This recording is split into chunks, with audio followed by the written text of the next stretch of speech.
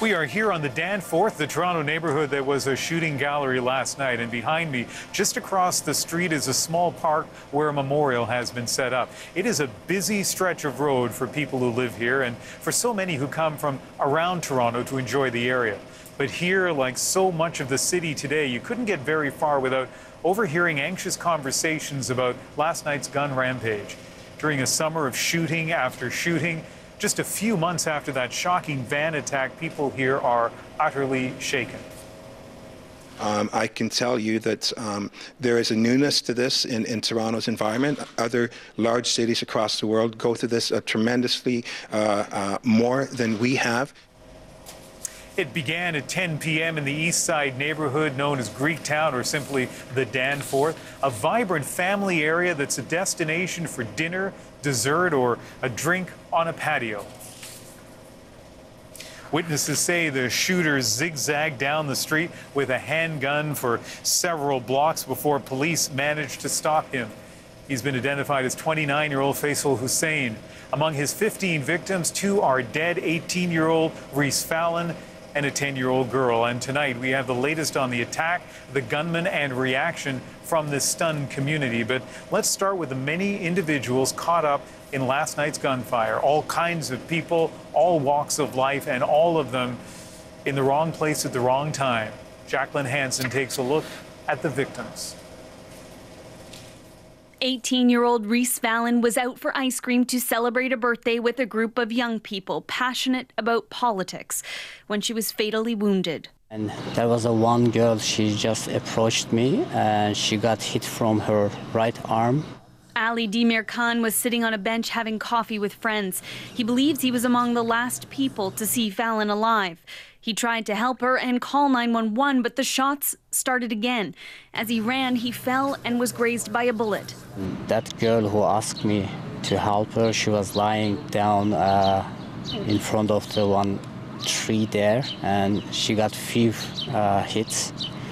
The people are trying to help her. They were, doing the CPR, and they were trying to stop the bleeding.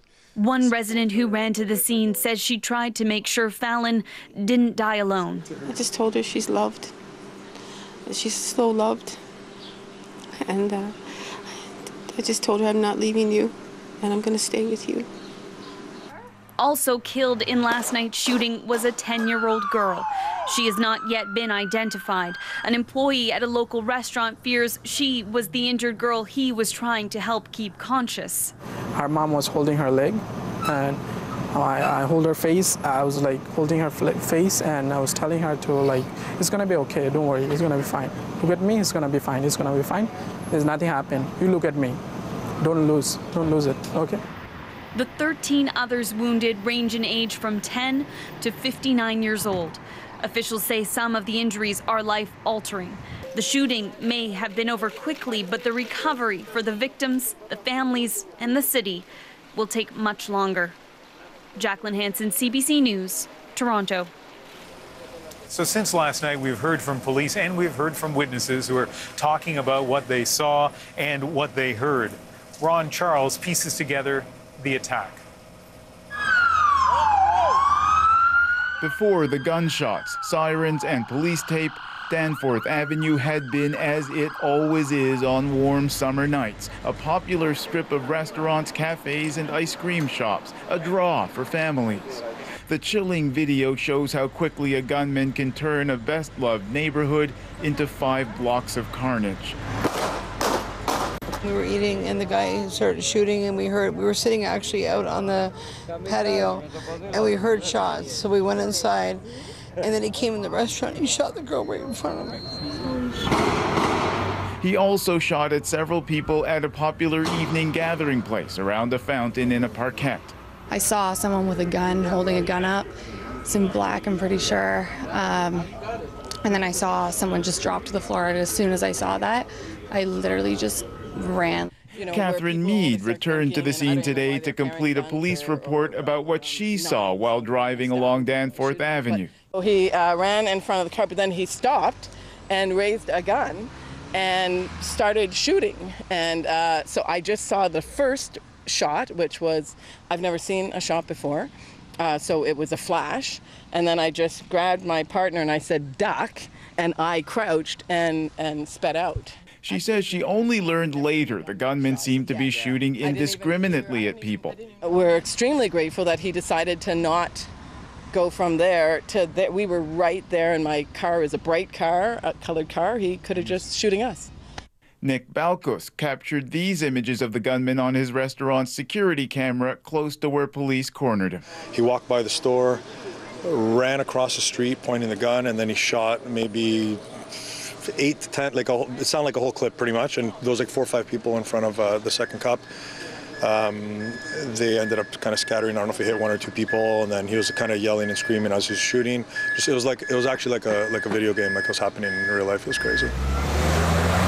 Investigators aren't saying yet either just how Faisal Hussein died. Police officers located the man on Bowden Avenue, and there was an exchange of gunfire between police and the man. The man fled the scene on foot, and he was located a very short time later on Danforth Avenue, deceased. He had sustained a gunshot wound. Investigators are still trying to determine a motive for why a pleasant summer evening on a street packed with people turned into this. It is also unreal. One of the people you talked to described it almost like a video game, but clearly with such deadly and tragic results. And this comes, Ron, as you well know, in a year where there's been so much gun violence. Yeah, you know, and Toronto, as big a city as it is, the 4th largest in North America, people here just aren't used to the unprecedented number of violent incidents that the city has seen in the past few months. We had that van attack earlier in the spring.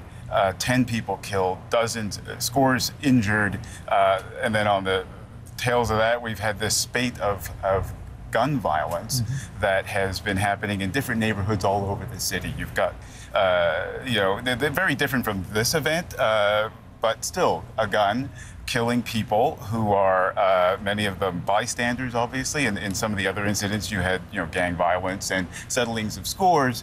But at the end of the day, they still led to people dying and people being injured, and many of them bystanders. And there are a lot of people that find it all very unsettling, and it's quite understandable. Ron, thank you very much. You're welcome. People have been gathering all day and into the night on the Danforth to honor the victims and to share their grief. It breaks through any sense of isolation and fear. It breaks through the many ways we're separate and separated. I mentioned that memorial that was set up at a parkette near where last night's shootings took place, not far from where we are now. A prayer vigil was held at a church close by. The streets here reopened around supper time, and many came together in a show of solidarity and to lend their support. Now, as Ron said, this neighborhood is usually so busy with people enjoying beautiful summer nights like this one, but throughout the day today, the atmosphere on the Danforth was somber, with many sharing the same thought. It so easily could have been them. Let's hear some of those voices from the witnesses. We were at a restaurant, and my son wanted to play with his friend around the fountain area, and suddenly I heard these noises that sounded like firecrackers. And when everybody was running and screaming and hiding, I knew that it must be a gunman. First reaction was, where is my son? So I saw my son crouching down already at the fountain. He was on one side of the fountain, and the gunman was directly on the other side of the fountain. I noticed the gunman had been walking away, and I thought, well, he might come back. So I pulled my son out of there, and I said, let's get out of here, and ran through the back alley. I felt a bit like crying and that sort of thing, but we needed to answer questions from my wife and son and make them feel safe. And I saw him, and he was standing like a professional. He went like that, you know, right eye level, and shot right into the restaurant. I saw a young girl in a pool of blood, crying. She was crying for her mother, and like within moments, police were there and everybody was there, and I was angry. Like, how could you do that to this little girl? Like, don't you have like, I wanted to run after him and kick him. And around 10 o'clock we're leaving, And I turned and I even saw the gun going off, and flames coming out. And while the guy was running beside me, he got a bullet in his back, and he fell between the tables on the patio. I see this lady running by him, by the shooter, and he took 2 steps like a predator animal, just went boom, boom, and shot her while she was down on the floor. I think it was the 18-year-old lady that died at the scene, I'm still in shock. I still can't believe that really happened, and I'm here talking to you, and why I'm here, why didn't I get hit by a bullet? There was a joint statement of support today from 3 levels of government. Toronto's Mayor John Tory, Ontario Premier Doug Ford, and Bill Blair, the federal Minister for Border Security and Organized Crime Reduction and a former Toronto Chief of Police. They said, in part, we know that residents are reeling from this shocking attack and are rightly demanding answers. We are confident Toronto Police will fully investigate this heinous attack. We're committed to making sure our 3 governments are working together to protect our residents and to keep our city safe. As for the man police say is responsible, we have more information tonight on 29-year-old Faisal Hussein and the heartbroken family that he's left behind. Vic Adobia tells us what we know about the gunman. 20 blocks north of the Danforth, another investigation is underway on the 7th floor. Toronto police searched the family apartment of Faisal Hussein in Thorncliffe Park, a series of older high-rises, a popular place to settle for new Canadians, especially Pakistanis like the Husseins. We've learned Faisal Hussein's family is well known in Thorncliffe Park's Muslim community. His father helped establish the nearby mosque, but his father has cancer. One of his brothers is in a coma, and his sister was killed in a car accident a decade ago. They are very good people. They are very good people, and it's really very shocking for me. This man lives on the same floor as Hussein's family and knows the parents well, as do many of the tenants, but he only sees Faisal once in a while. Once a month, I just see him walking. He's very, very simple and very, humble person. I don't understand. Faisal Hussein's friend says he'd been struggling with mental health problems for years. But he kept to himself. He was quiet, never hurt anyone. I've never seen him get into a fight with anyone. The family confirmed this today in a statement. They say, "We are utterly devastated by the incomprehensible news that our son was responsible for the senseless violence and loss of life, and that Faisal had severe mental health challenges, struggling with psychosis and depression his entire life. The interventions of professionals were unsuccessful, medications and therapies were unable to treat him, and that they did their best to seek help for him throughout his life of struggle and pain." They end by saying their hearts are in pieces for the victims and for our city as we all come to grips with this terrible tragedy. And Vic joins us now. The family and friends seem shocked that this happened. They point to the possibility of mental illness, but still there's some pretty tough questions about what led to last night's shooting. Exactly, such as why did he seem so comfortable handling that weapon? Witnesses say that he quickly was able to change the clip to keep firing. And of course, there's the question, how did he obtain a restricted weapon in the first place? Did he purchase it in Canada? Was it brought in overseas? Was it smuggled? Was it stolen? So we may get some of those answers in the coming days. Well, that gun has been recovered, so there should be information about that at some point we will find out about. Vic, thank you very much. You're welcome. Now, when we got here earlier in the day, this area of the Danforth was still locked down, and as you can see, the police presence remains very strong. They are still partially restricting traffic, keeping things pretty contained. So how are people doing a day after the shooting? Well, earlier today, I spoke with residents about the impact this has had on the community. There was a quiet resilience in the Danforth today. I've traveled a lot. I've been in a lot of cities in the world. There's crime everywhere. There's strange occurrences of things, events. So yeah, you don't like them to happen, but it's life, I guess. You seem very, very matter-of-fact about it. No. I mean, I didn't sleep too well last night. I was very concerned about the injured people, particularly, there's an 18-year-old girl killed and a 10-year-old passed away. That's horrible. You could hear that sense of unease up and down the street, even on the sidewalk patios. And I ran into a friend, so we just were able to talk things through, which feels good. What did you need to talk about? Just I guess that these things happen, you know, whether it be here or elsewhere. But it's terrible. By 5:30, the street reopened.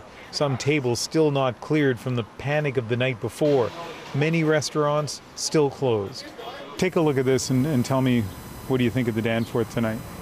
I think it's something that's going to be in everyone's minds for a long time. But like I said, I don't think it's going to hamper the future. And so optimism and community. Esther Lee's mother owns this dry cleaning business. The couple who sold it to her have come to help because Lee's mother and brother were shot last night. How do you feel about walking back down the street again? I mean, today morning I saw the police tapes and it's scary. It's scary. This is my mom's home, so this is my very home. This is where I come home to for the holidays, to see my family, so it's upsetting to see something happen so close to home. But Toronto is resilient, and we always, criticize the states for their lax gun control, and I think this kind of brings home how much more we have to do to keep our community safe. Just one more sign of how this shooting has brought a neighborhood even closer together. So think about that for a moment, that couple comforting Esther there. They are the people, as I mentioned, who used to own that dry cleaning business, and as soon as they heard about the shooting, they came back to the shop and they have vowed to keep it open while the new owner is convalescing. She was shot through and through, as her daughter says. The bullet went through her body but didn't hit any vital organs, and so she is recovering physically but mentally still having a hard time. Andrew, 27 people have died in shooting incidents across the country so far this year, and we will be keeping an eye on any further developments on this shooting from here on the Danforth.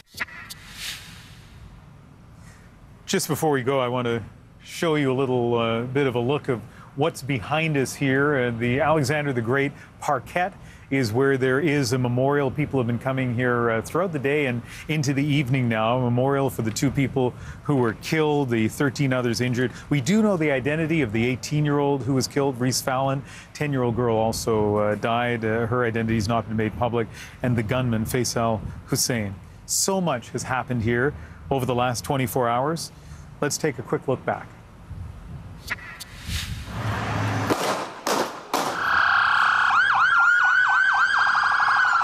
I just started to hear like bang, bang, bang, like super close. I saw someone with a gun holding a gun up, and then I saw someone just drop to the floor. And as soon as I saw that, I literally just ran.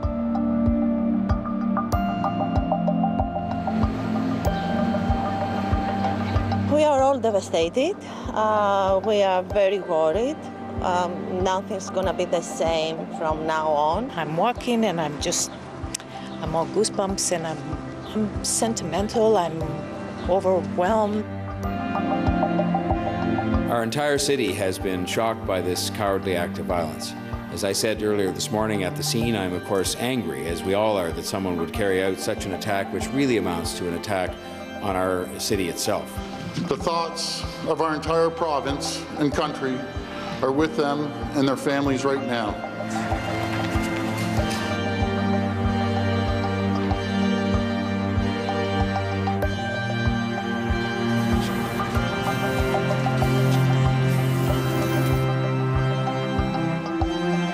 We're going to keep strong and not let this affect us in any way, shape, or form.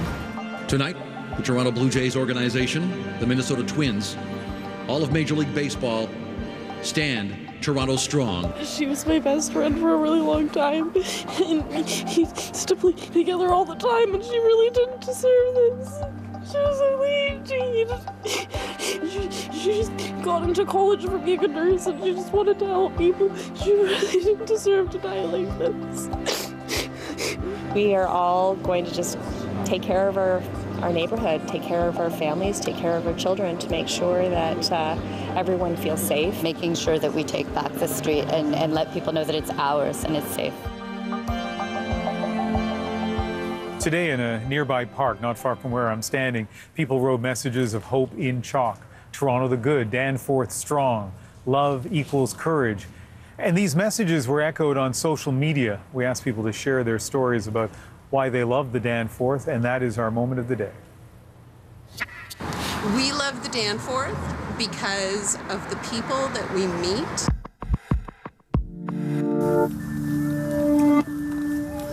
It's our city and we're taking it back. We need to reclaim the space that I think it feels violated. This park on a day like today would be full of people, and there's nobody out. I think people are kind of in shock.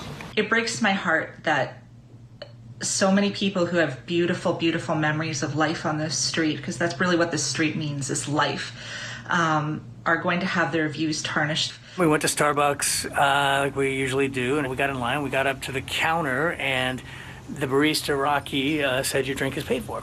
Some man bought a card for $100, a gift card, and said just use it till it runs out. Back in 2002, my then 86-year-old grandmother was walking up to Albany Clinic. She collapsed in front of the big carrot, and thanks to the kindness of a complete stranger who just jumped into action and started doing CPR, she survived. I think the message here is Toronto the good has always been Toronto the good. It was pretty inspiring. This is my Danforth. Well, Ian, I'm sure on a day like today, any positive news is welcome news, but you have spent much of today talking to folks on the ground about how they're feeling.